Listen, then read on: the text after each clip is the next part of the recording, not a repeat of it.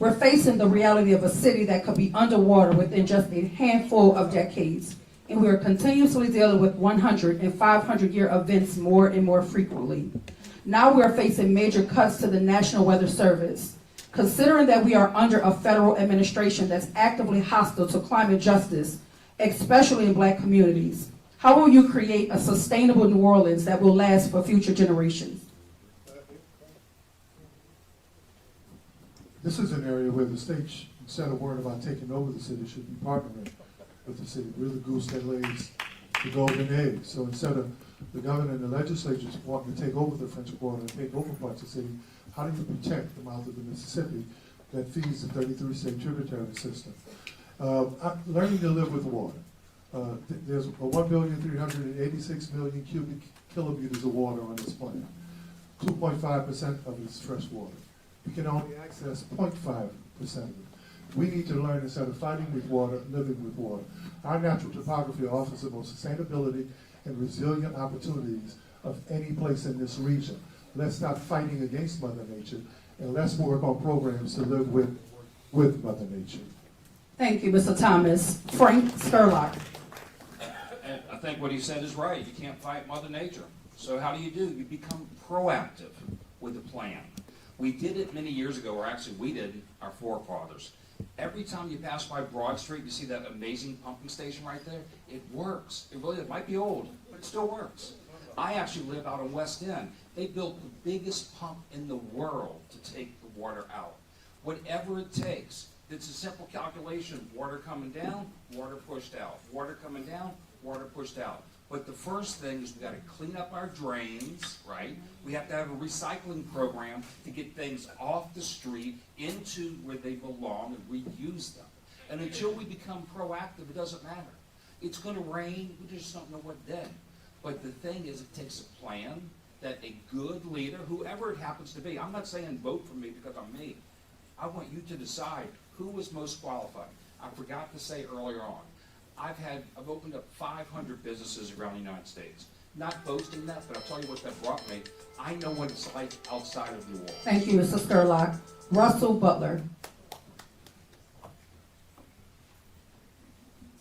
So the answer to our flood problems in New Orleans, aside from the Katrina effect that we had in the past, I believe all that, if you've ever been out and seen the flood walls and stuff out in the Lake Bourne area, they've done a lot. Our biggest threat is from getting a rain, such as Hurricane Harvey in Houston, where it wasn't a bad hurricane, it just sat there and rained and rained and rained. The Great Flood in the Baton Rouge region in 2016. If we get a rain like that here, we're going to have trouble. Our drains are clogged. Not all the pumps work.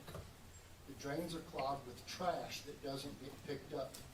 The drains are clogged with sand that the road crews leave on the streets and gets washed into the drains. We have to pick up the trash, we have to clean the drains, and we have to fix the pumps. Without those three things being done, we will never solve the problem, and New Orleans is going to one day find itself in big trouble from one of those sedentary, strong storms. Thank you, Mr. Butler. Eileen Carter. We're talking, can you give me the question? Just want to make sure I hit all the points. We're facing the reality of a city that could be underwater within just a handful of decades, and we're continuously dealing with 100 and 500-year events more and more frequently. Now we're facing major cuts to the National Weather Service. Considering that we are under a federal administration that actively is hostile to climate justice, especially in Black communities, how will you create a sustainable New Orleans that will last for future generations? Two pieces of this. Number one, I'm no party, so I believe I can go to the table and work for everyone. I don't care what color you are, purple, green, gold. How can you help the people of my city? Humbly, I ask. That's what I'm going to go to everyone and ask. That's number one. Do y'all remember a couple years back where, for lack of a better word, we like snaked the pipes and they found like cars and sofas in it? I think maybe we need to kind of look into those things and see what's really in our pipes and what's going on. And last but not least, like we said, we cannot stop much Mother Nature, but we can inform and we can educate. And that's what I did at the City of New Orleans. When I walked in, I was going into business, they asked me to build the social media department of the city of New Orleans, and that's what I did for the foundation that you have today. When I started, they were reaching about 30,000 people. When I left, it was almost 100,000 people that they were reaching with alerts. So when you got those alerts in the middle of the night, they were coming from me and Laura Mellum, who is now in Minnesota. And that's what happened in the city of New Orleans. You lost a lot of institutional knowledge. We need to build back our workforce because nobody knows what's going on, and that's the truth. Thank you, Ms. Carter. Helena Moreno. Challenges like this, ultimately, we need out-of-the-box solutions. So if we're seeing a federal government that doesn't care about climate or climate initiatives, well, then we need to change the narrative. When we need money for drainage, we need money for climate initiatives here in New Orleans, let's talk about jobs. Because ultimately, whether it's community solar, whether it's drainage jobs, whether it's building these different types of bioswales, guess what? That creates jobs, and ultimately, this federal government apparently wants to create jobs. So let's change the narrative and get grant money that way. But let me tell you about this too. Right now, we have a system set up in our city where we, the residents, are paying a lot, but there's a lot of different nonprofits and Mardi Gras clubs and whatever else who are not paying into drainage. They're not paying into drainage, and everybody has to pay their fair share. So there has to be a new model where we make this pie bigger so that it's not just always on us, the residents, who are fitting the full bill because it's unaffordable. And that's what I started working on the city council level, and then COVID hit. And then the mayor was like, well, I don't know if we want to do that. But as mayor, that's something I will make sure to get done. Thank you. Thank you, Ms. Moreno. Arthur Hunter. Because y'all think y'all know.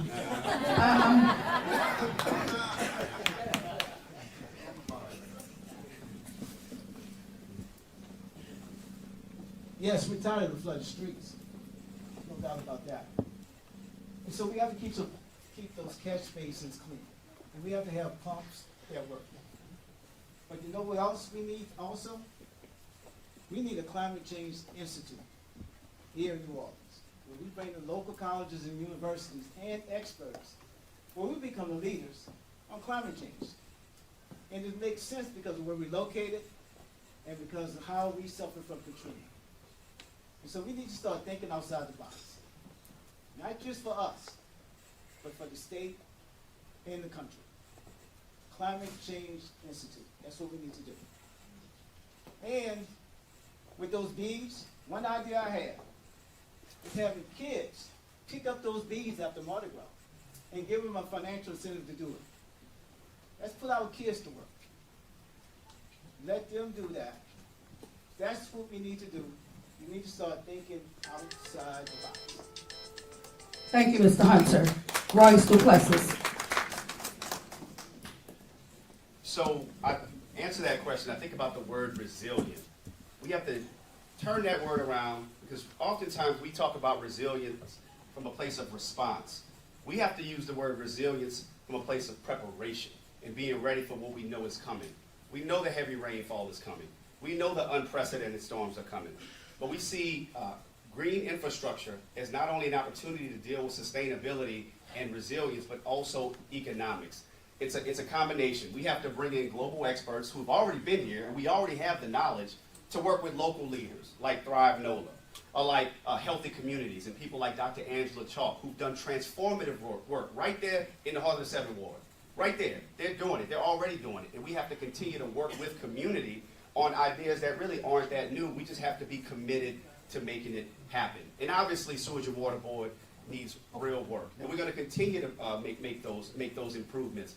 We've invested a lot of money at the state level from a capital outlay standpoint to try to move this additional power project along. I have to sit down and turn my time off. But it's a combination of Sewage and Water Board as well as green infrastructure and sustainability. Thank you, Mr. Duplessis. Richard